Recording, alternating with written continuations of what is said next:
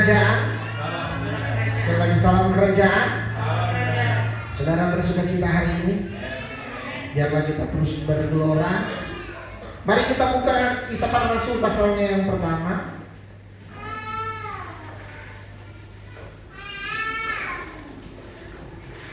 Kisah Rasul 1 ayatnya yang ketiga.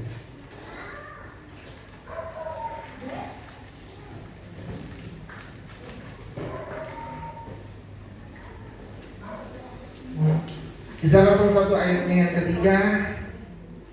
Yang sudah ketemu katakan amin. Sekali lagi Kisah Rasul 1 ayat yang ketiga. Oke, iya. Mari kita baca bersama-sama. Hitungan yang ketiga kita mau baca firman Tuhan ini. 1, 2, 3. Kepada mereka ia menunjukkan dirinya setelah penderitaannya selesai, dan dengan banyak tanda ia membuktikan bahwa ia hidup. Sebab selama 40 hari ia berulang-ulang menampakkan diri dan berbicara kepada mereka tentang kerajaan Allah. Katakan amin. Kita lompat di Galatia pasalnya yang ke-5 ayatnya yang ke-16. Galatia 5 ayatnya yang ke-16. Ya, kita baca sama-sama. 1, 2, 3. Maksudku ialah, belum semua. Ayo, Galatia 5 ayat 16. Ayo. Oke. Hitungan ketiga kita baca dengan suara yang nyaring, dengan suara yang keras. 1, 2, 3. Maksudku ialah hiduplah oleh Roh, maka kamu tidak akan menuruti keinginan daging. Katakan amin. Haleluya. Haleluya. Saya percaya bahwa firman yang kita dengar bukan hanya sekedar firman, tetapi ini membuka kehidupan kita untuk kita boleh melihat akan apa yang Tuhan mau kerjakan dalam kehidupan kita. Hampir kurang lebih 1 bulan belakangan setelah kita merayakan Paskah, bahkan waktu kemarin tanggal 14 kenaikan Yesus.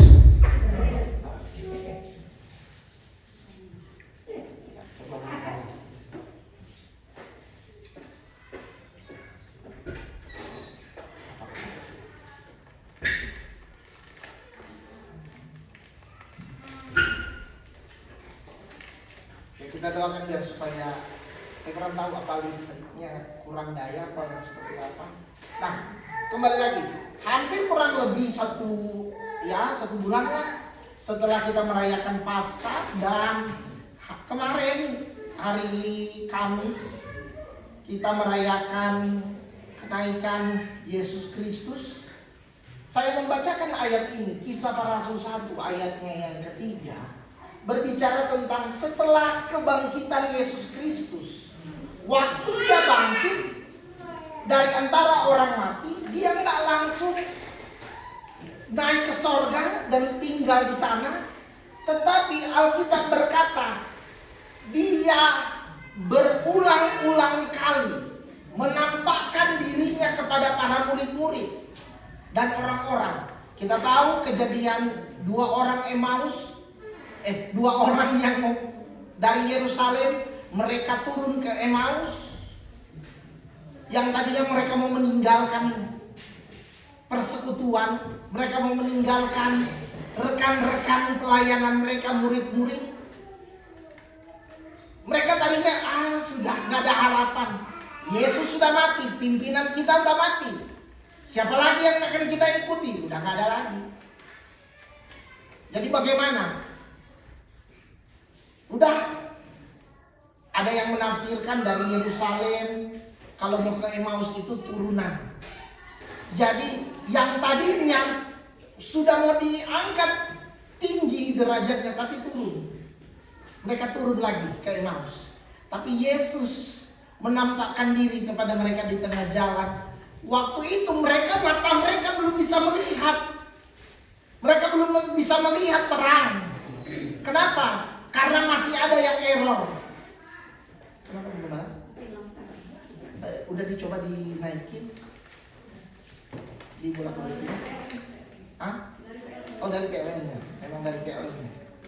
Ya, saya harap saudara tidak kepanasan, tidak terganggu dengan situasi, karena memang dari PLN-nya.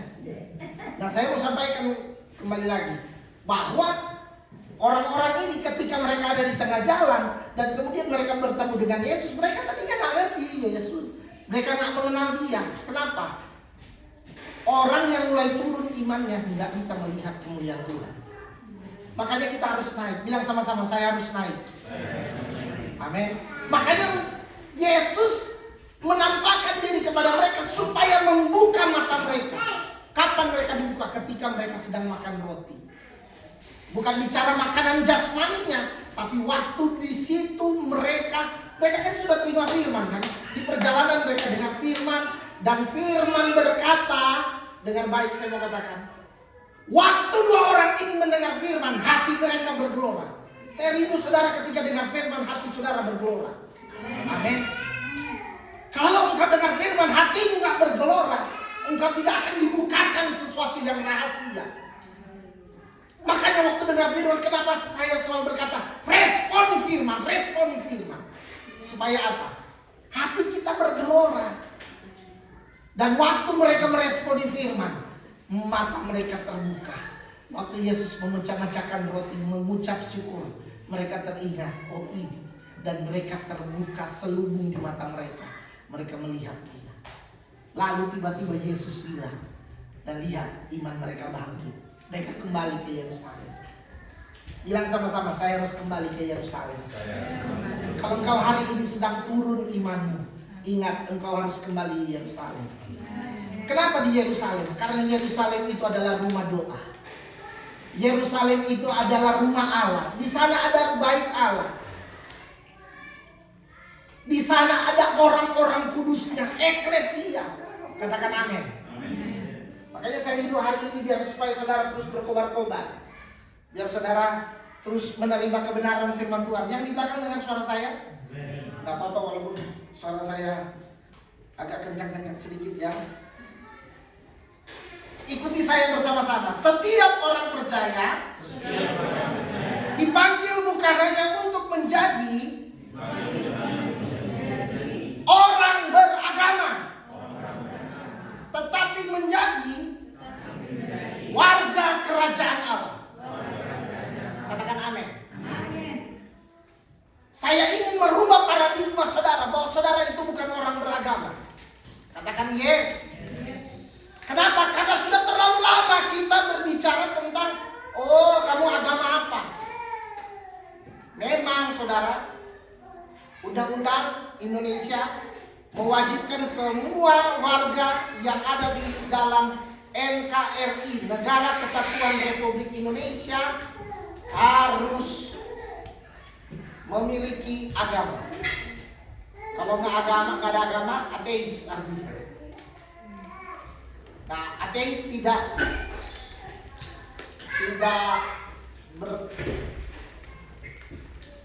ilegal kalau di Indonesia. Nah, kembali lagi saya tidak berbicara itu, tapi dengar baik. Jadi setelah Yesus bangkit, hal yang paling banyak diajarkan kepada murid-murid bukan tentang pertobatan, bukan tentang bicara tentang berkat yang penuh kelimpahan, tidak ada.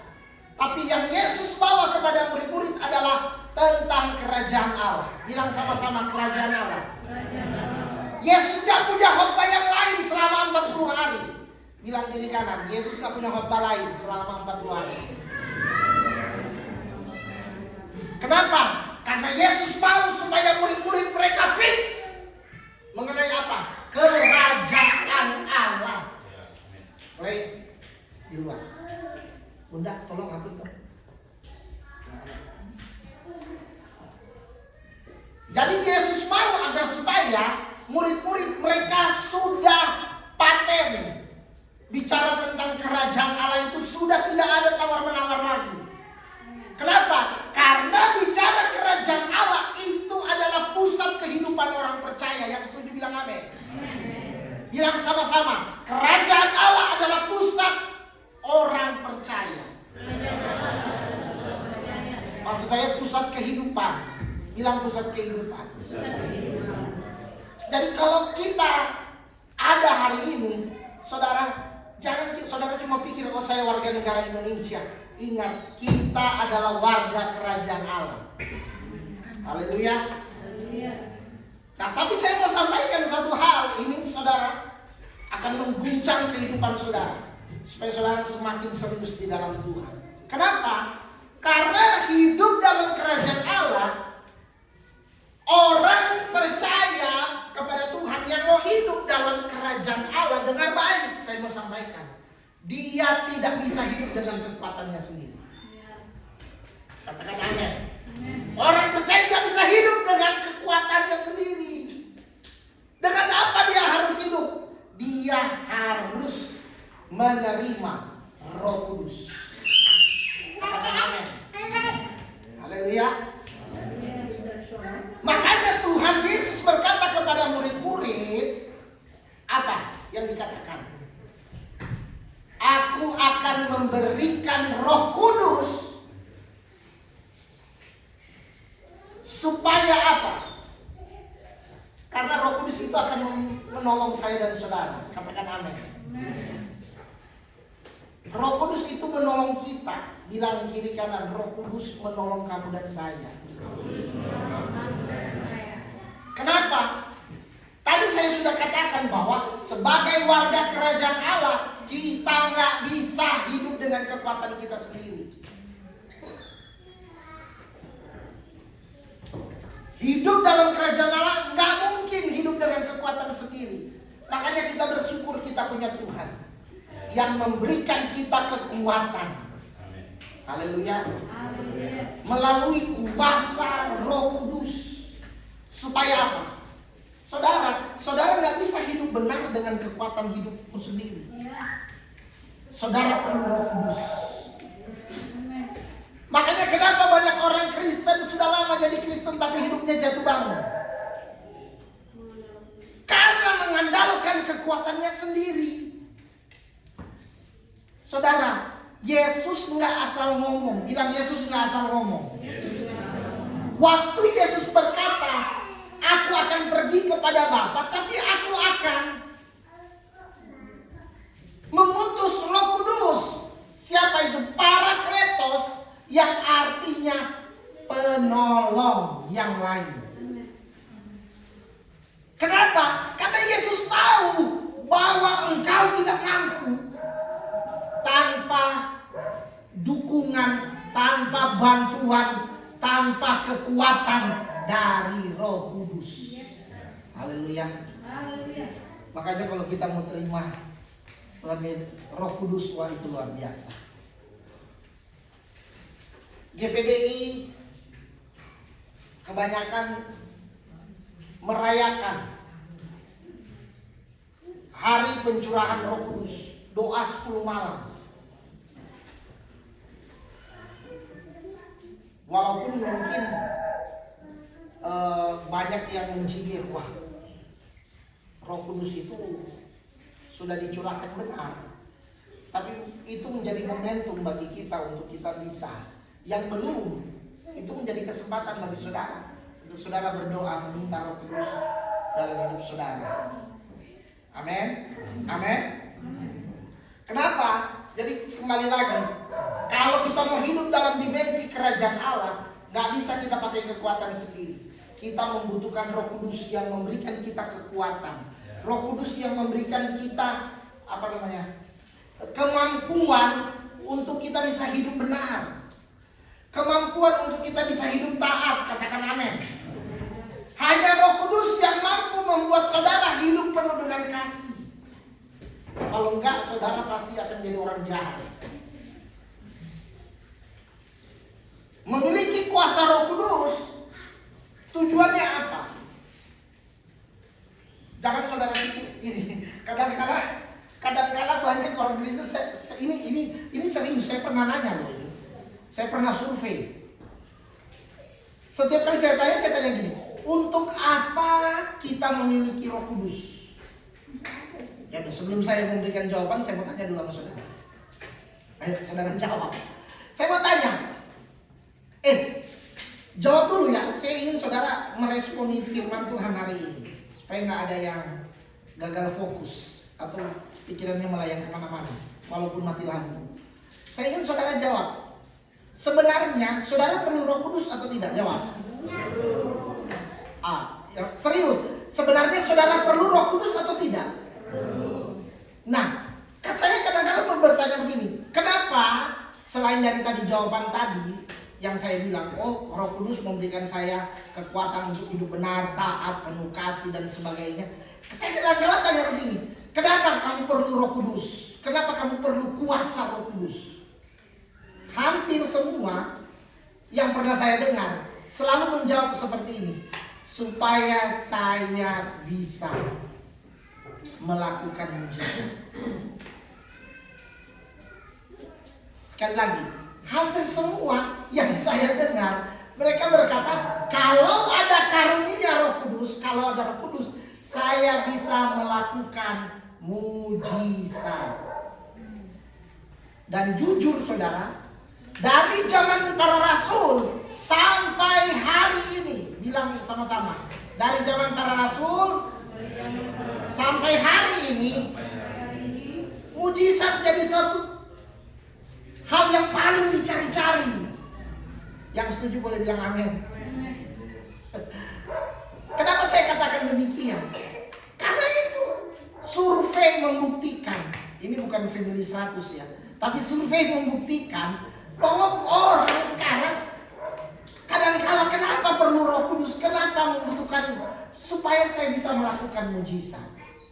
Walaupun mungkin bukan untuk orang lain, mungkin untuk diri sendiri. Tapi saya mau katakan dengan jelas, Roh Kudus diberikan bagi kita. Walaupun ada salah satu di antaranya melakukan mujizat, tetapi inti daripada Roh Kudus diberikan bagi saya dan saudara, dengar baik saya mau katakan. Supaya apa? Memberikan kita keberanian untuk bersaksi bahwa Yesus adalah Tuhan. Amen. Itu yang utama. Kenapa? Kisah Para Rasul 1 ayat yang ke-8 berkata bahwa kamu akan menerima kuasa kalau Roh Kudus turun ke atas kamu. Kuasa di sini bukan bicara tentang biwak mujizat. Tapi apa yang kita lihat di Kisah Para Rasul? Kisah Para Rasul Kisah Para Rasul pasal 2. Pada waktu hari raya Pentakosta, orang-orang dari segala bangsa mereka datang ke Yerusalem. Karena pada hari itu hari ke-50. Pentakosta itu bicara hari ke-50. Bicara tentang apa hari ke-50? Anak-anak yang di luar jangan berisik. Hari yang ke-50 bicara pembebasan orang-orang Israel. Mereka dibebaskan dari perbudakan. Bicara tentang kelepasan. Tahun Yobel. Wah, ini luar biasa saudara. Tetapi di hari itu Roh Kudus dicurahkan. Pertama-tama dicurahkan kepada siapa? Para murid-murid. Bukan hanya 12 murid, tapi ada berapa? 120 orang yang ada di bawah loteng Yerusalem. Di mana mereka secara bersama-sama, korporat, bilang sama-sama, secara korporat. Mereka bersama-sama secara korporat mereka datang. Mereka menyembah Tuhan.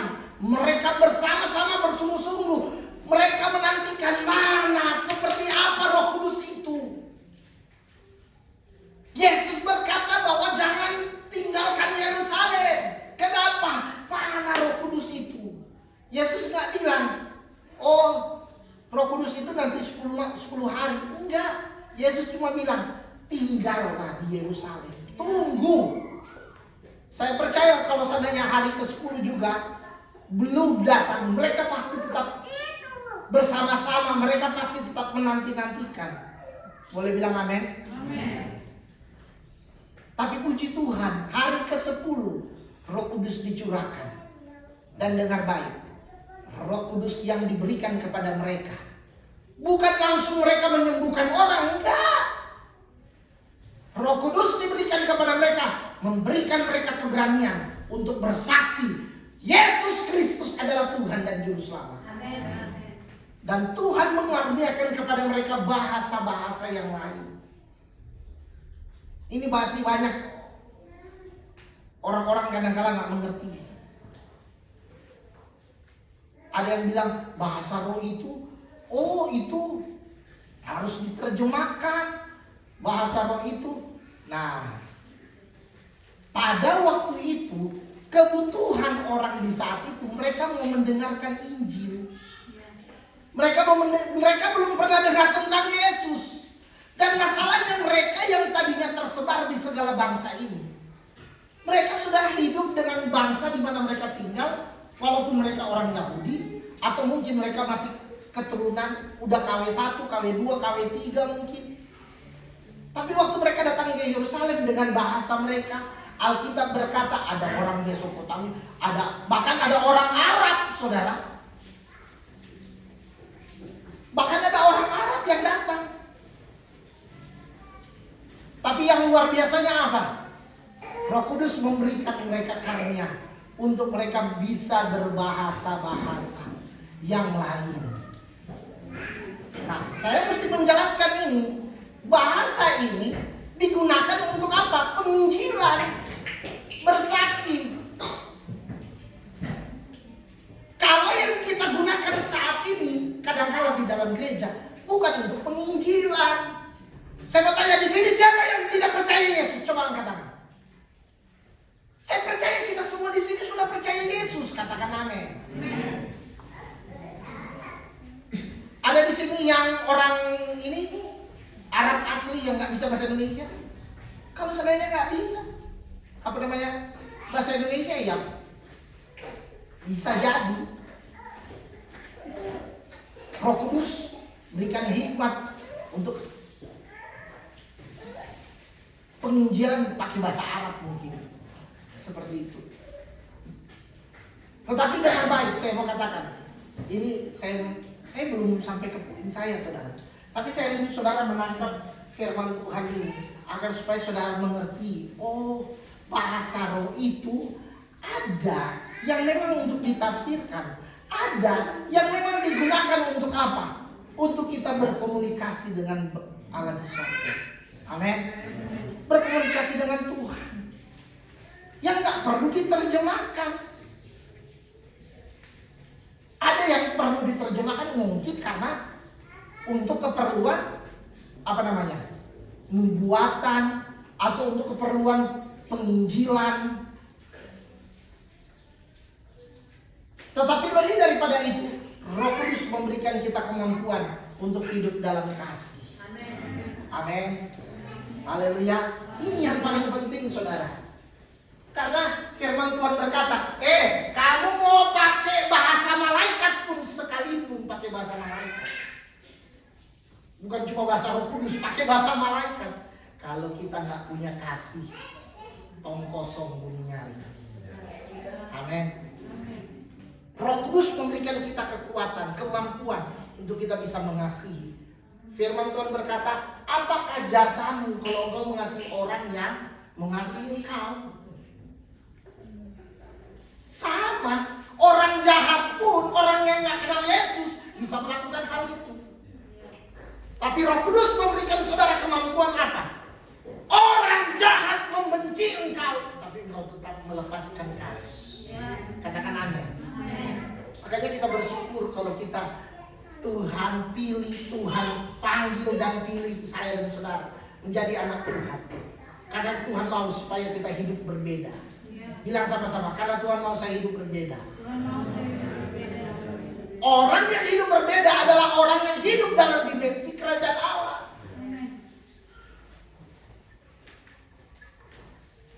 Kalau kita hidup dalam dimensi kerajaan Allah, pasti kehidupan kita akan dahsyat luar biasa. Katakan amin. Haleluya. Nah, kembali lagi lewat firman Tuhan pada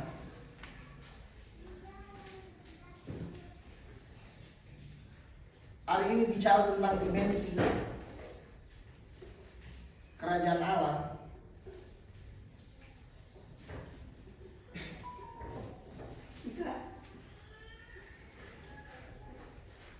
Hari ini kita belajar bagaimana hidup dalam dimensi kerajaan Allah dan hidup dipimpin oleh Roh Kudus. Yang pertama, kita harus memahami dimensi kerajaan Allah itu seperti apa. Jadi bicara tentang dimensi kerajaan Allah, bilang sama-sama ikuti saya. Kerajaan Allah itu adalah pemerintahan Tuhan atas hidup saya. Itu yang dimaksud dengan dimensi kerajaan Allah, yaitu kerajaan Allah bertahta atas kehidupan kita. Makanya firman Tuhan berkata begini dalam Kisah Para Rasul 1 ayat 3, saya baca kembali. Yesus bicara tentang kerajaan Allah setelah kebangkitannya. Artinya apa? Fokus hidup orang percaya bukan pada soal berkat. Bilang sama-sama, fokus saya bukan soal berkat.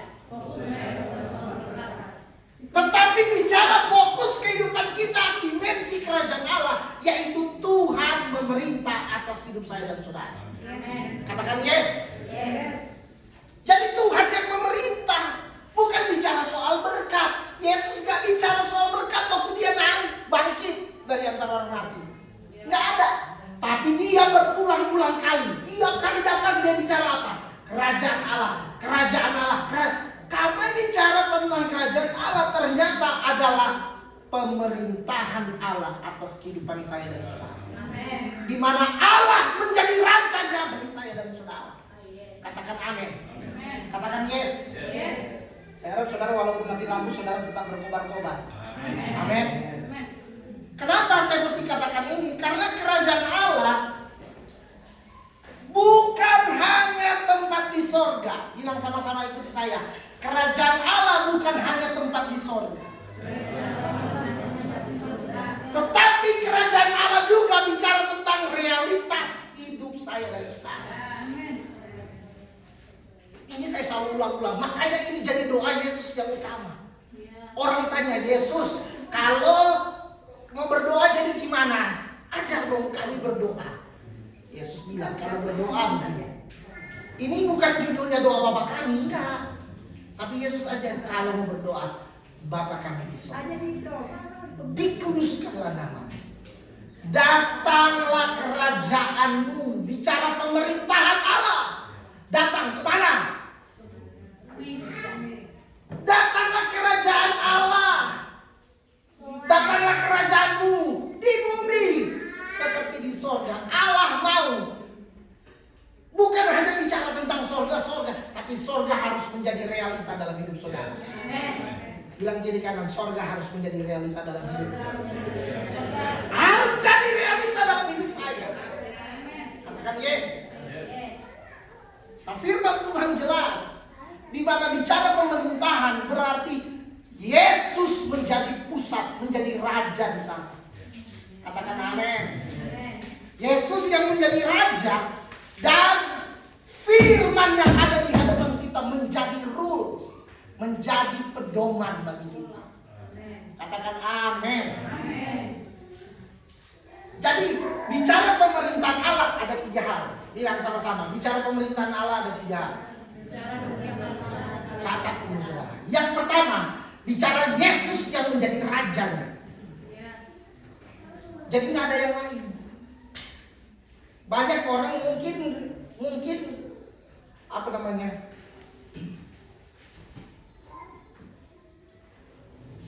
Sudah lama jadi Kristen, tapi Yesus tidak pernah menjadi raja atas hidupnya. Yang menjadi raja adalah egonya. Yang menjadi raja adalah kemauannya. Dia menjadi raja atas dirinya sendiri, bukan Yesus yang menjadi raja. Atau setan yang menjadi raja atas kehidupan seseorang sehingga hidupnya jadi semakin jahat.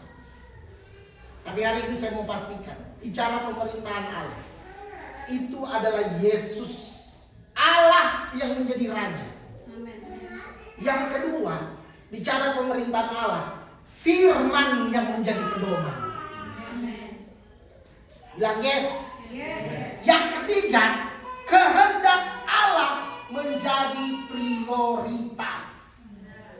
Kehendak Tuhan harus menjadi prioritas. Kalau kehendak Tuhan jadi prioritas dalam hidup saudara, maaf saudara, engkau pasti apapun yang terjadi, kalau hari ibadah, engkau pasti akan mendahulukan ibadah. Amin. Amin. Engkau pasti akan prioritaskan itu. Saya kadang-kala apa ya?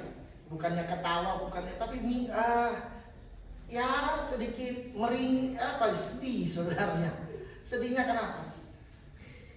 Penggembala minta izin. Soalnya mau jenguk saudara yang sakit. Akan kita ibadah dulu. Saudara jenguk sakit juga belum tentu sembuh. Kalau saudara memprioritaskan hal-hal bicara tentang kerajaan Allah, bisa jadi waktu engkau sungguh-sungguh berdoa, orang yang sakit bisa mengalami kesembuhan. Mungkin pekerjaanmu yang ini, wah, Tuhan bisa buka jalan yang luar biasa, saudara. Bicara skala prioritas. Jadi kadang-kadang kita cuma lip service, Tuhan jadi raja, tapi kita nggak pernah mengutamakan Dia. Kalau Tuhan jadi raja, contoh, ini contoh sederhana. Kalau kita mau menghadap Tuhan, mau menghadap raja kayak gimana? Umpama contoh, raja di, nggak usah luar negeri lah. Sekarang aja di Indonesia, di mana? Di Jogja ada apa itu? Sultan Hamengkubuwono. Sudah, saya lihat orang-orang yang ada di sana, mereka tetap masih, walaupun ya sekarang Indonesia udah ada presiden, tapi makanya itu daerah istimewa.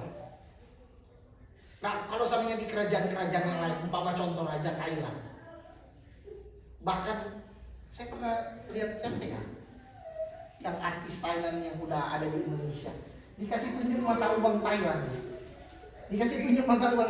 di mata uang Thailand itu, saya belum pernah pegang, tapi saya cuma lihat ada nama rajanya, dan mereka nggak boleh sebut nama rajanya.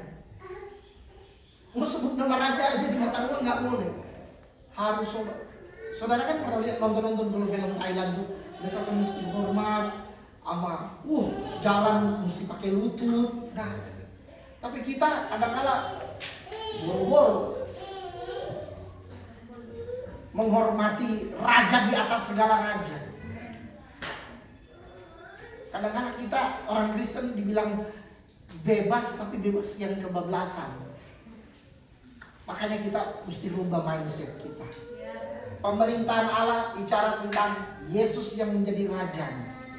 Kemudian firman yang menjadi pedoman dalam kehidupan kita. Yang ketiga, kehendak Tuhan menjadi prioritas. Katakan yes.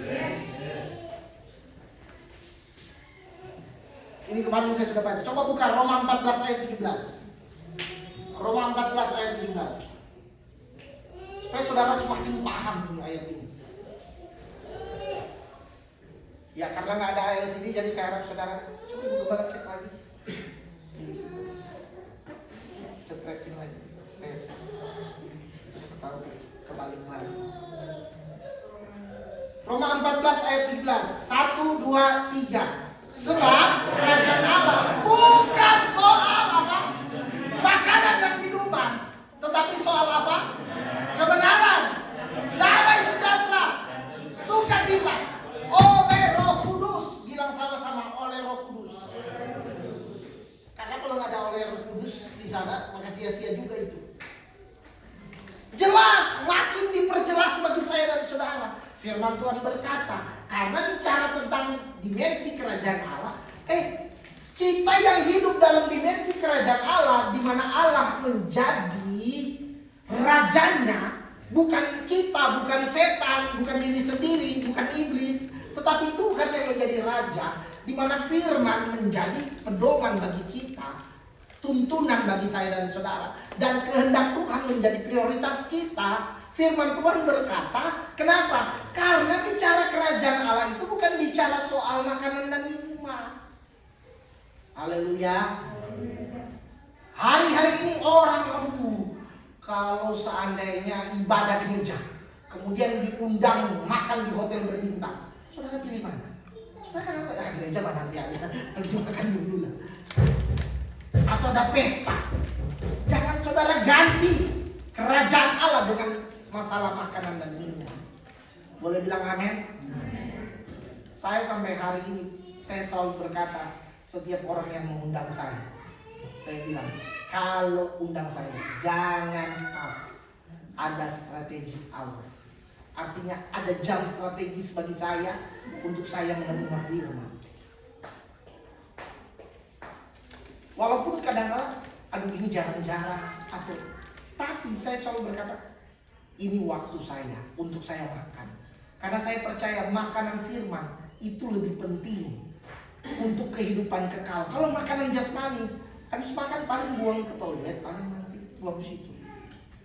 Tapi makanan rohani bagi saya dan saudara, itu untuk apa?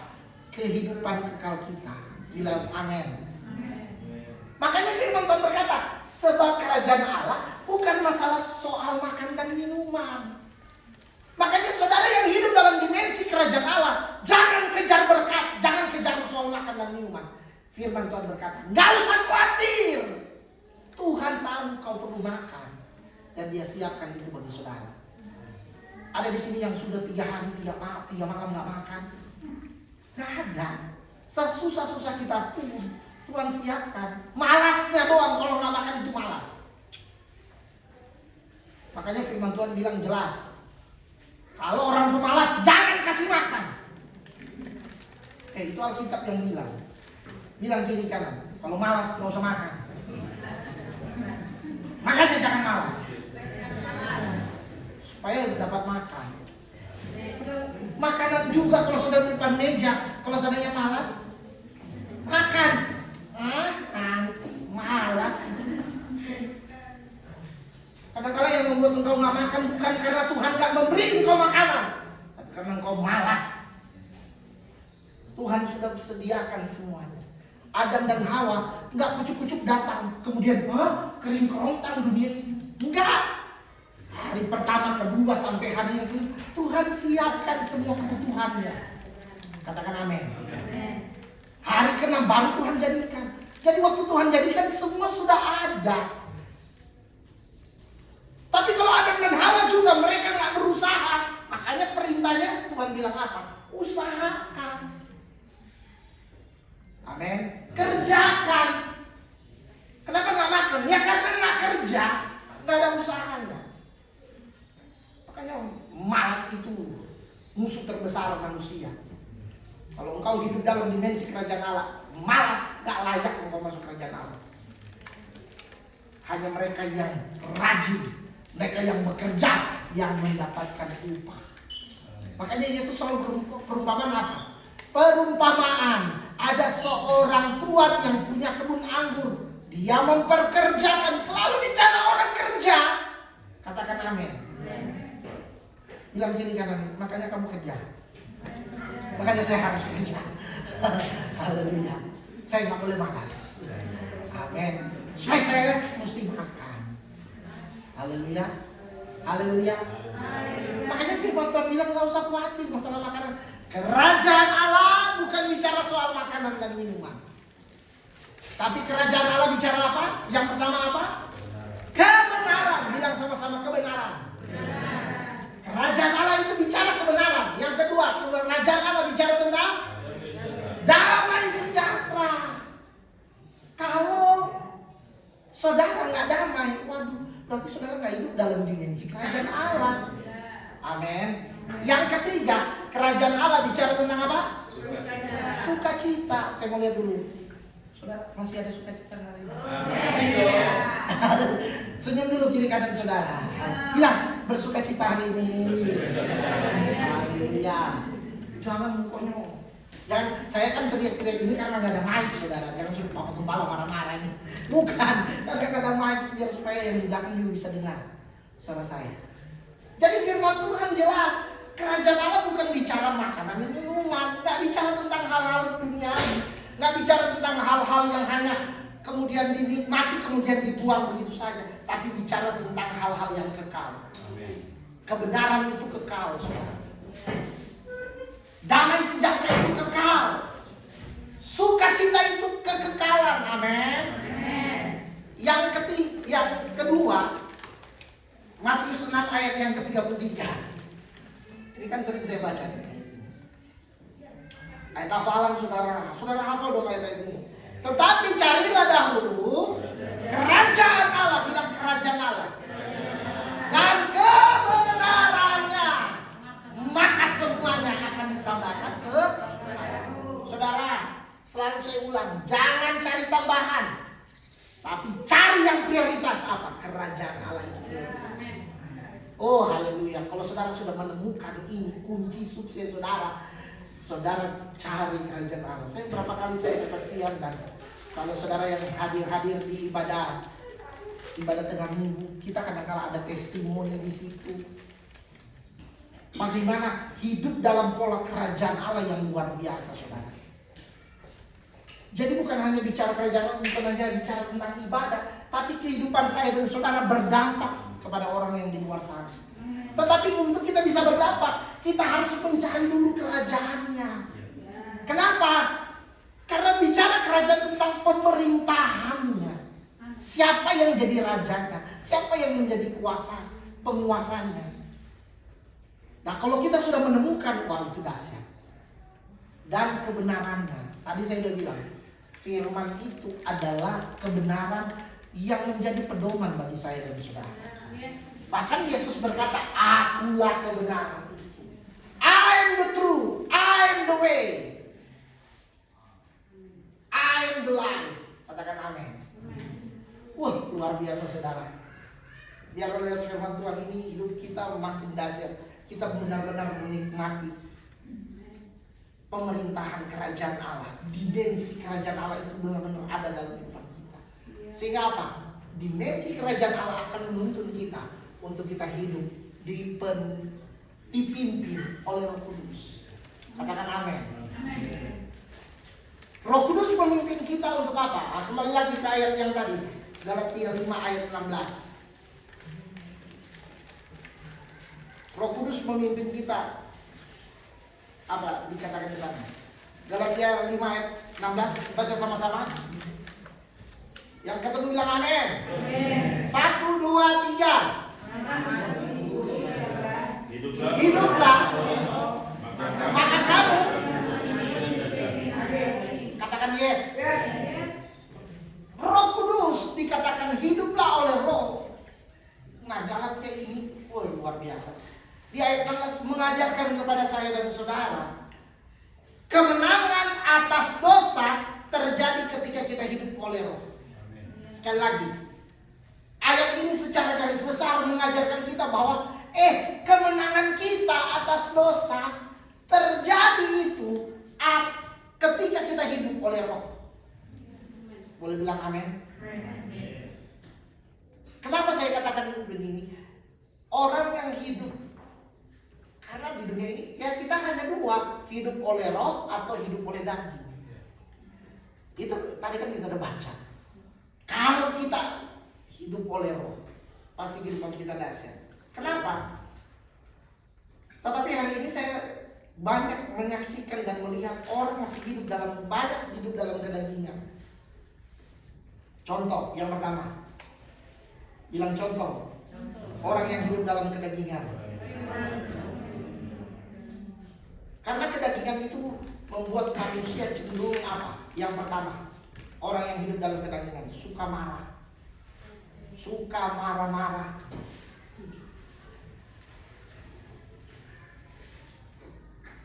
Kok ini? Tapi ada yang masih suka marah.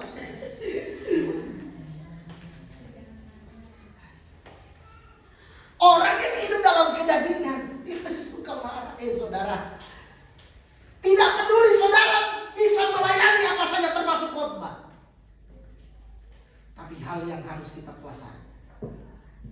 Marah itu, saudara. Bilang, saya mau berubah Tuhan. Biarlah saya jadi ramah, bukan marah. Katakan amin. Saya mau belajar ramah, bukan marah-marah. Jangan saudara, karena sok rohani saudara bilang, Yesus aja pernah marah. Oh, ini error ini. Yesus marah karena hidup dalam ketidakbenaran. Masalahnya saudara ngaku-ngaku hidup dalam kebenaran, melayani Tuhan, katanya rajin ke gereja. Tetangga juga dengar, dia tiap minggu ke gereja, tapi kok dia marah-marah. Tuh ibu itu, aduh kalau dia marah kayaknya gempa nih, goyang.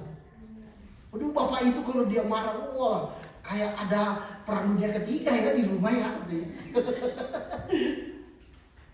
Belajar. Saya tahu ini proses sebenarnya saudara. Tapi kalau firman Tuhan datang hari ini kepada saudara, biarlah terima dengan hati yang amin.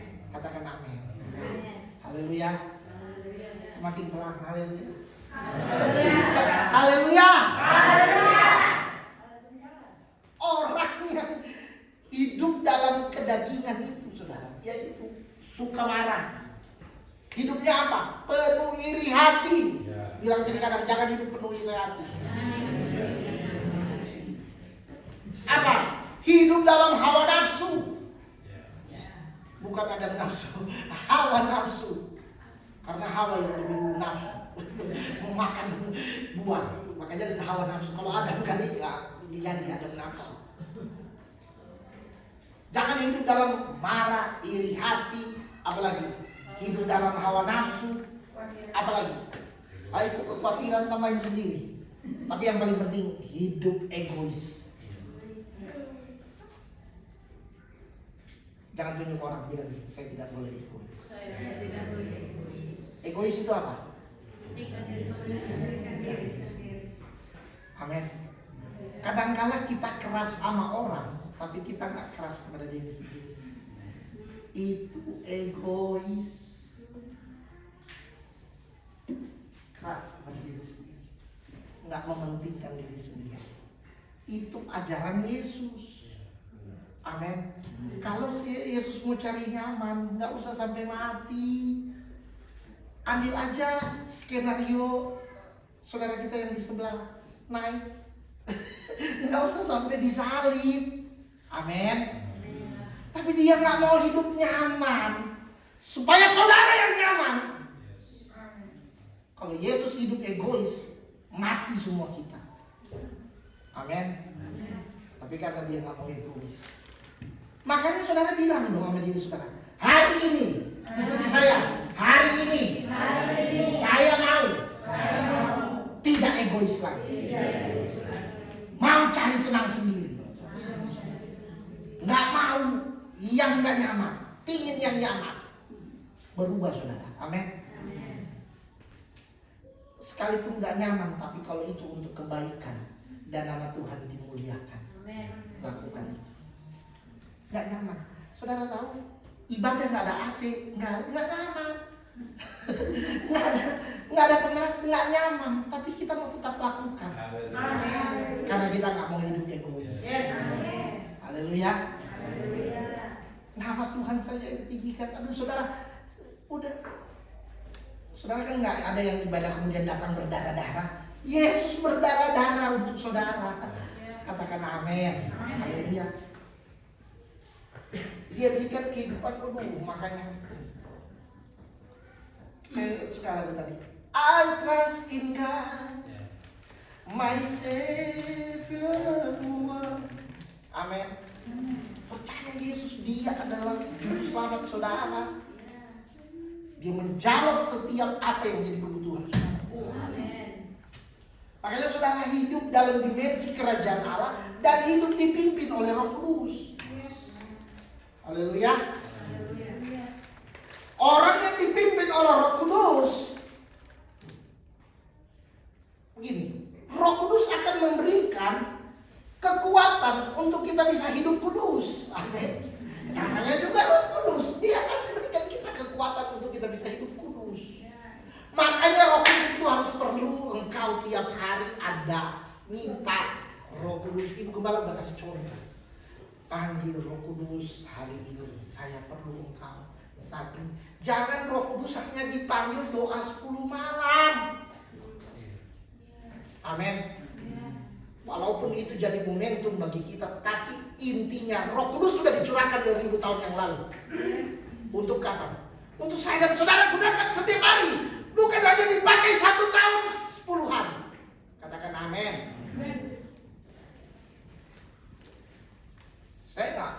Bukannya saya nggak suka mengadakan doa 10 malam, karena saya tahu kesibukan saudara. Ibarat tengah minggu aja saudara nggak datang, apalagi bikin 10 malam, pasti nggak datang saudara. Tapi intinya bukan itu, intinya hidup kita harus dipenuhi dan dipimpin oleh Roh Kudus setiap hari. Tapi kalau sekarang mau Gembala, mulai sebentar malam kita bikin doa malam. Oh, saya lebih semangat saya. Tapi kayaknya lihat dari wajah saudara kayaknya meragukan. Meragukan semua. Nah, firman Tuhan berkata, coba lihat. Roma 8 ayat 14. Roma 8 ayat 14. Baca sama-sama. 2, 3. Semua, ya belum semua. 1 Roma 8 ayat 14. 1, 2, 3. Semua orang yang dipimpin Roh Allah adalah, katakan amin. Katakan yes. Saudara anak Allah? Kalau saudara berkata saudara anak Allah, saudara harus punya Roh Kudus. Amin. Saudara harus dipimpin oleh Roh Kudus. Jangan cuma anak sekolah minggu terus nyanyi anak Allah. Aku anak Allah, aku anak raja, cuma nyanyian. Tapi kalau engkau berkata, aku adalah anak Tuhan, aku anak Yesus contoh, maka hidup saudara harus juga dipimpin oleh Roh Kudus. Tidak mungkin saudara berkata saudara dipimpin Roh Kudus, tapi yang saudara lakukan kusta, kudis. Amin. Enggak kudus, enggak suci, itu namanya pembohongan. Itu namanya pencitraan. Kalau saudara berkata saya dipimpin oleh Roh Kudus, saya anak Allah, hidup saudara juga harus kudus. Amin. Jadi ini penting sekali saudara. Kenapa? Karena Roh Kudus itu banyak sekali kegunaannya. Banyak sekali fungsinya bagi saya dan saudara, peranannya bagi saya dan saudara. Katakan amin. Yohanes pasalnya 14, coba. Yohanes 14 ayat 26. Yohanes 14 ayat 26. Coba kita lihat.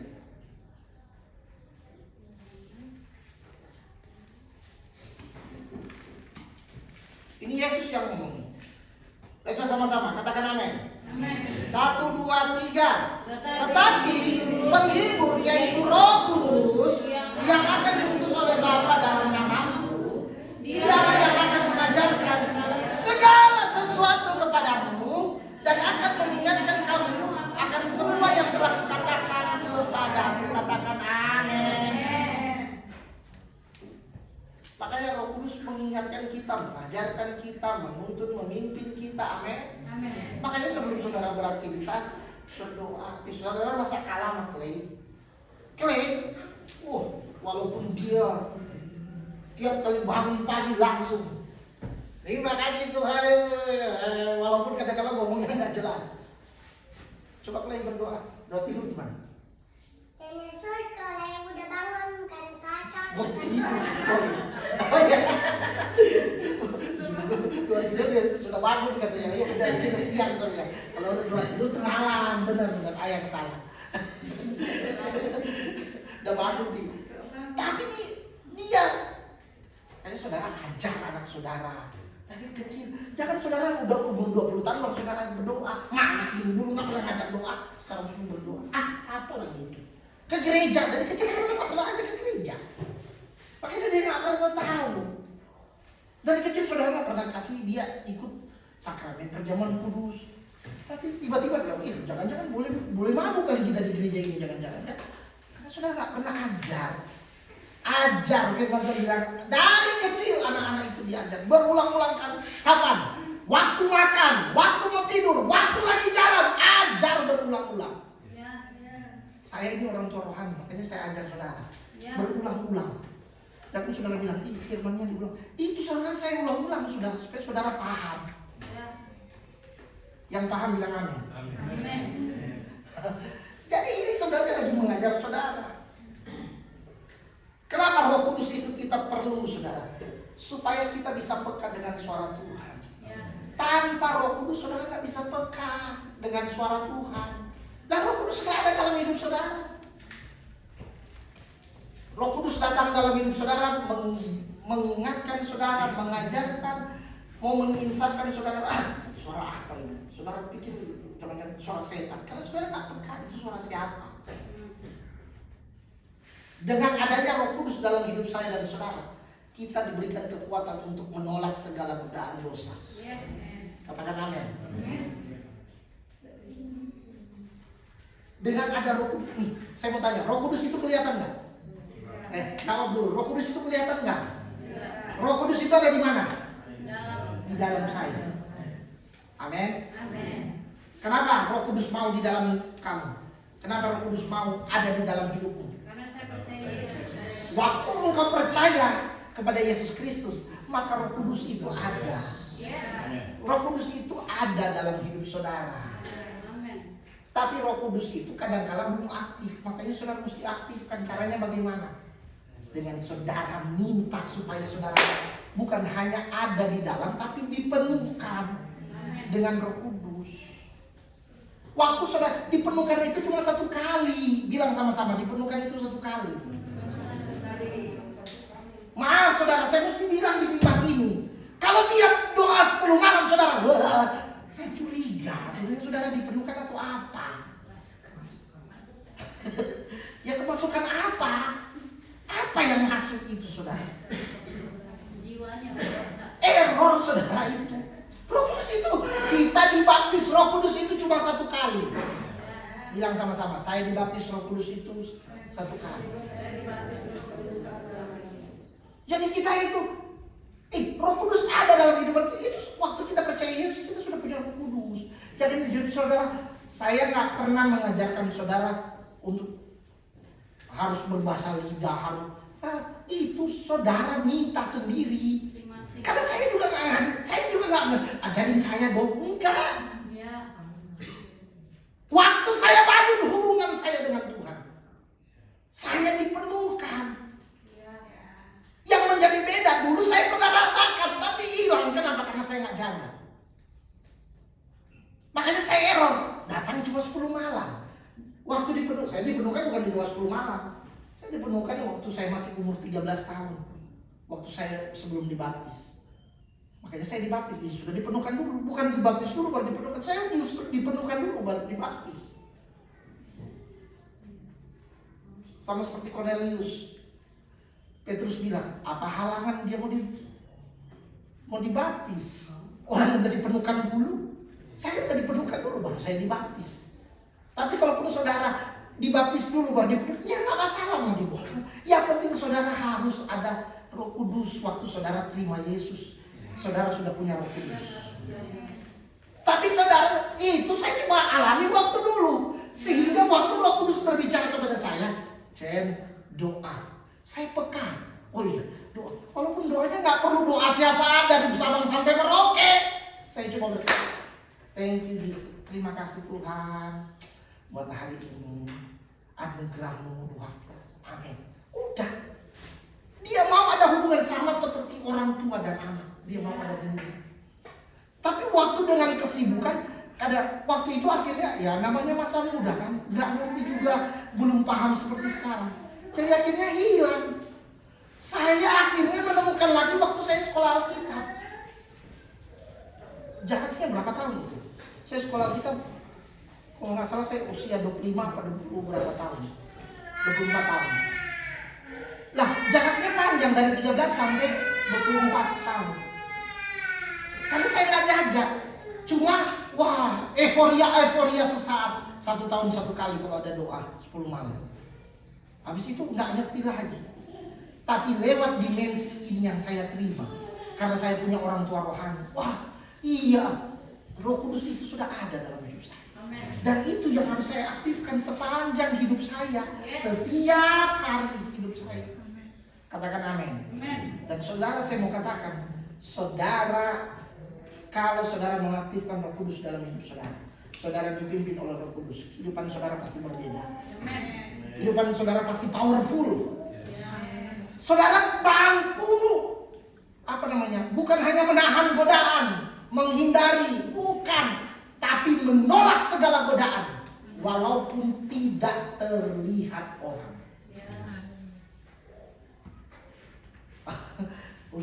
Mau mencuri nih, nggak ada orang nih, nggak ada CCTV nih, ambil ada.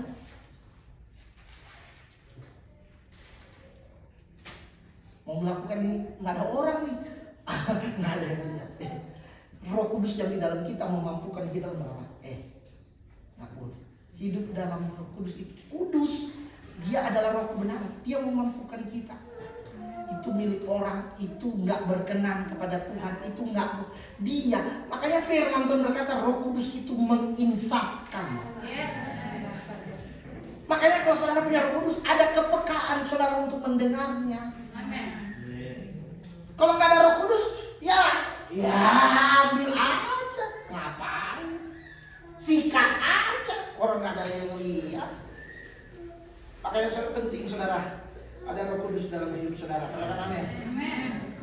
Kalau orang ada Roh Kudus, dia pasti mampu mengendalikan emosinya. Katakan yes. Waktu dia marah, pasti dia bisa mengendalikan emosinya. Amin. Tanda orang yang hidup dalam kerajaan Allah. Yang pertama, bilang yang pertama.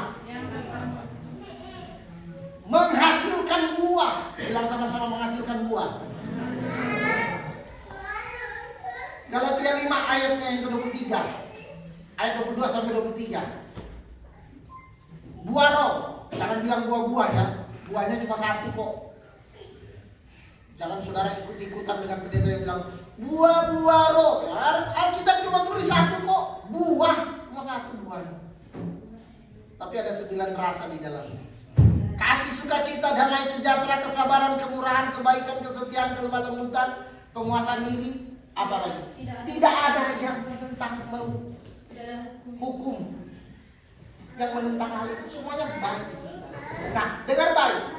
Orang yang hidup dalam kerajaan Allah, pemerintahan kerajaan Allah, adalah orang yang dipimpin oleh Roh Kudus dan akan terlihat dalam karakter kehidupannya.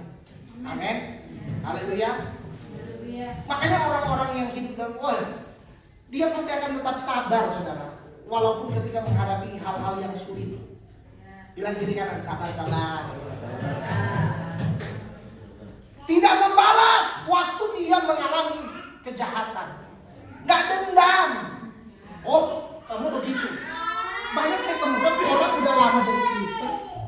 Tapi waktu ada orang yang menjahati dia. Oh, kalau kamu begitu, saya bisa lebih 2 kali. Bahkan ada yang 10 kali. Nah terus kekristenanmu apa? Kalau engkau sama dengan dunia, Tuhan mau kita itu tampil beda. Caranya bagaimana? Makanya hidupmu, dimensi kerajaan Allah adalah orang yang hidup dipimpin oleh Roh Kudus. Dia bisa mengampuni orang yang bersalah, bisa melepaskan pengampunan dan melupakannya. Artinya udah nggak diingat-ingat lagi. Katakan amin. Haleluya. Di mana dia berada selalu membawa apa? Sukacita di lingkungan. Saya rindu saudara, di mana saudara tinggal, mau di perumahan kek, mau di kampung kek, di desa, kalau ada saudara di sana, orang di sekitar saudara selalu ada, aduh ibu, aduh teh, aduh ci, aduh kok, senang lihat ada, aduh kayaknya dari wajah saudara. Saya cerita saudara, seringkali saya berapa kali ada masuk dalam satu komunitas, masuk dalam bahkan bukan komunitas, masuk dalam tempat-tempat orang yang saya nggak kenal. Tapi waktu saya bertemu mereka bilang, aduh, mereka panggil saya kok, aduh kayaknya ini banget ya. Wajahnya berseri banget. Apalagi waktu saya makan. Saya kalau lihat kok makan, saya juga nafsu makan. Itu, tapi bukan hanya itu. Tapi biarlah kehidupan kita mempengaruhi, maksudnya yang mempengaruhi yang baik, katakan amin. Haleluya. Ini adalah contoh orang-orang yang hidupnya, tanda orang yang hidup dalam dimensi kerajaan Allah. Saudara masih mau? Amin. Lewat firman Tuhan ini saya percaya nanti kita lanjut minggu depan. Dan supaya kehidupan kita. Yang pertama itu kan orang yang hidup dalam dimensi kerajaan Allah, dia harus menghasilkan buah. Bilang sama-sama, saya harus menghasilkan buah. Haleluya. Buahnya tentu apa? Buah yang baik. Bukan cuma sekedar matang, apalagi muda, mengkal. Itu hanya orang-orang tertentu, ibu hamil. Tapi buah yang baik, matang, yang baik, yang enak dan bisa dinikmati oleh semua orang. Amin. Jangan jadi buah busuk. Bilang kiri kanan, jangan jadi buah busuk. Tapi jangan kita jadi buah yang baik. Tuhan Yesus memberkati kita semua. Mari. Seri ini kita naik.